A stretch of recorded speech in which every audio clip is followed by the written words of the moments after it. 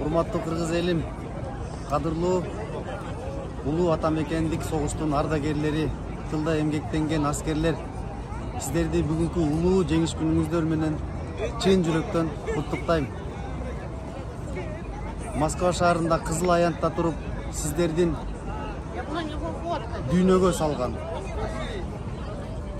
зор салымыңыздар, мамлекеттер аралык өкүм зордуктан куткарган жаныңыздарды, каныңыздарды арнап, биздин жашообузга көк асманды жаркыратып, жаркын жашоо арнап бергениңиздерге чын жүрөктөн ыраазычылык айткым келет.